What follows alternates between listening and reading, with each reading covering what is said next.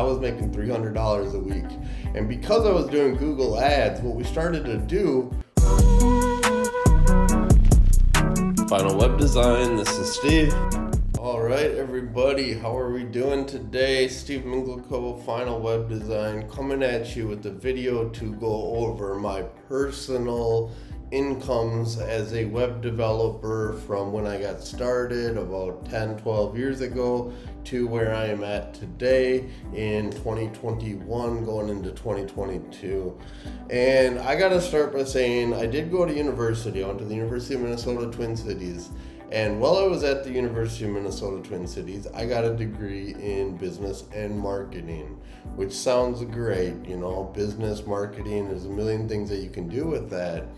What ended up happening was the second I got out of university, business school, I got put into a marketing role, which started doing Google Ads. And this was something that the school had not prepared me for. Not only had the school not prepared me for Google Ads, which was becoming this huge marketing outlet 10 years ago, it had probably started a little bit before that. I mean, we had no courses on Google Ads. But it also didn't teach about SEO. It didn't teach about social media marketing and graphic design and all these things that kind of marketing had become. It was this very old school idea of marketing as, you know, going out there, you know, billboards or business brochures or, you know, just the concepts of marketing in general, which weren't realistic skills for what I was finding myself needing the moment I got out into a marketing role. And yes, I'm talking about marketing, but don't worry, this goes into the incomes of a web developer. So I was working that job with a friend who was kind of starting a small inside business. I was doing it for $300 a week. And when I say $300 a week, it was a very low income for that time for anybody. I was getting free rent or subsidized rent. I didn't have a lot of expenses at that time because I wasn't, you know, I didn't have a family or my own place or any of these big expenses that I typically have today. So yeah, I was making $300 a week. And because I was doing Google Ads, what we started to do was build off our website landing pages or pages that were revolved around the keywords that we were marketing for. And as I got more involved in the actual creation of the landing pages is where I started to get more and more into web development. Now, the problem at the time was this was a Ruby on Rails application, which was being outsourced to a company outside of Chicago. And that application was super hard to build. If anybody's worked with Ruby on Rails, it's barely used anymore. It's pretty much a dead application language. It's created by Twitter, I believe. You can still find roles out there with it, but it's nothing compared to the JavaScript frameworks that have kind of taken over in regards to Vues, Reacts, Angulars, things like that. So long story short, I was making about $300 a week, and that just didn't cut it. Well, eventually this company ended up folding. We had so many expenses. It was a really great application. It was selling used textbooks at the time. And it was a great application, but the company just ran out of money because we weren't making a lot, and the development never finished. And that was the biggest problem, is that we kept month after month after month going in and out, and things weren't working, and we were driving people to the site through Google Ads and some old school things like going to campuses and actually handing out brochures and things. However, eventually the application died. And at the time, I had my girlfriend who had actually gone down to law school in Miami, and that's kind of how I ended up in Miami. Once I moved to Miami, I wasn't familiar with the city. I didn't have a lot of connections. I didn't know anybody. So I started applying for jobs there. The next thing I find myself is that I'm actually creating Craigslist ads. Now, if you know anything about Craigslist back in the day, you could actually code a little bit of HTML, put in some pictures, put in some links and stuff, and then post these ads, in the morning, in the afternoon, in the night, and people would go on Craigslist and see these ads, and then they might link over to your site and actually call and get your service. So like all day I was creating ads, and this was actually a part-time gig. It was like maybe 1 or 2 days a week. And that gig, I think I was making $350 a week, which is not a lot of money when you're on your own and you have your own apartment. Luckily, I could split the expenses with my girlfriend at the time, which really helped me get out of, not having to have such a high income. And that's when I started creating my own freelance website. And I remember downloading Dreamweaver at the time and playing with it. I was like, oh, this is so cool. Like, I could create my own website, and at first it was horrible. I think it was Innovative Internet Marketing, and it ended up on, I just kind of abandoned it. It was really rough. I created a logo, and then I started Final Web Design, which became my big powerhouse digital marketing site. And that's when eventually, after 6-7 months, me and that company, I couldn't get enough hours, I couldn't get enough time. So I found myself in a new role with another company.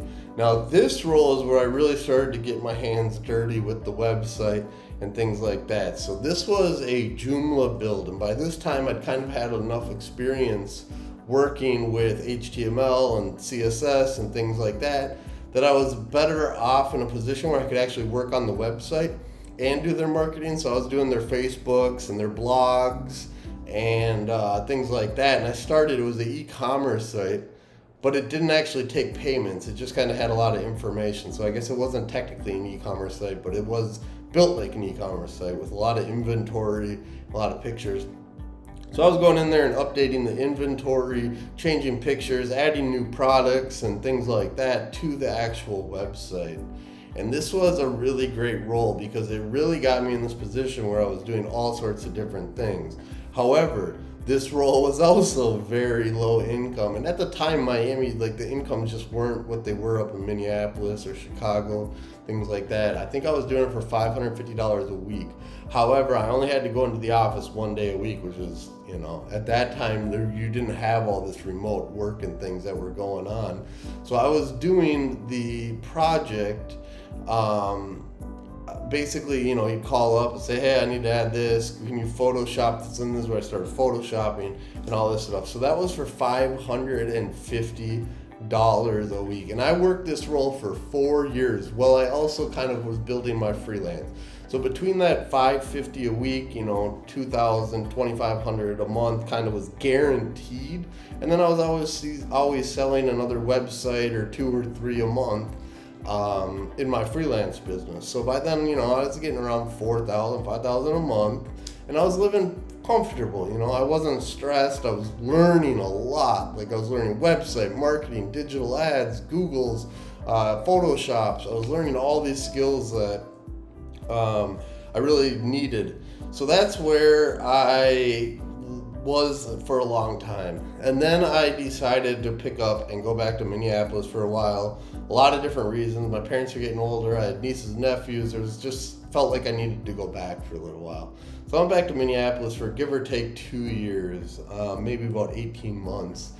And I got connected with a contractor, a recruiter who put me into working on a big CMS. It was a CMS built for higher education, and basically I was working on a school redevelopment. And a lot of the technical stuff was done, but I was adding a lot of the content and things like that. And that's where I got my first position. I think it was $25, $30 an hour, which at the time, that was really good money for that role. And I was also learning a lot because this was more of a focused website development position. So making that, I finished the contract. The contract went great. The next thing, I get another contract role. This was for an application development. Now my JavaScript wasn't great. I was more of a CMS developer. I get into United Healthcare, which is like Optum. And luckily, I had a really good kid who was working with me. We were both kind of kids then. But he was working with me to kind of teach me. So I was learning Linux and application. I didn't even know how to run terminal. I didn't know Visual Studio Code. I learned all of this in that next contract role. And this contract role was solid. I think it was like $40, $50 an hour. So I was making, really good money at this point. What's that, like, 80, 90, 100,000 a year. Now, unfortunately, this contract went, and it was honestly a really weird position because it was a huge office space. Most people were remote, whether they were overseas in India or they were in New York or California. We were in the Minneapolis office, and I learned a lot, but unfortunately the position didn't last forever. And one day things just kind of dwindled out of work.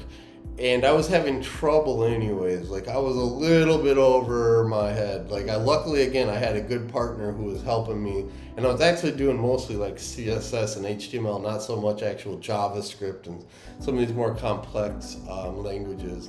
So that was a really good role, which I was also still doing my freelance business. So that's where you can see, like, things were kind of doubling up. So my freelance business was growing, but also my 9-to-5 full-time income was growing as well.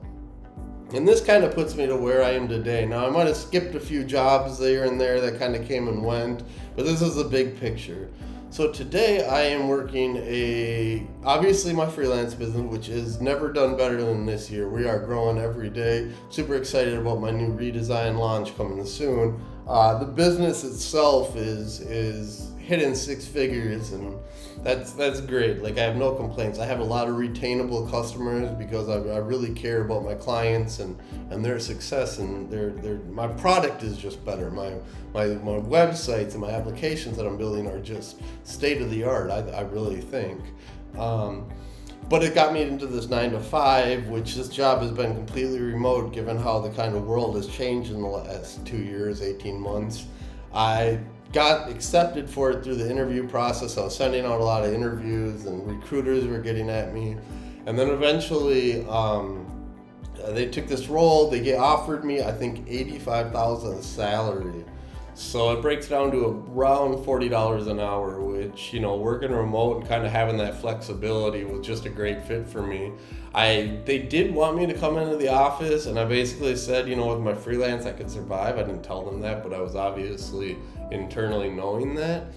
And I basically was just like, I'll take the position, but I want to work remote.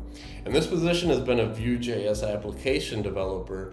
And I gotta say, I'm 5 months into that role now on top of my freelance business. And again, the flexibility of being remote, I can take calls, I can do other things during the day. Obviously, I have my team meetings and my FaceTimes and things like that.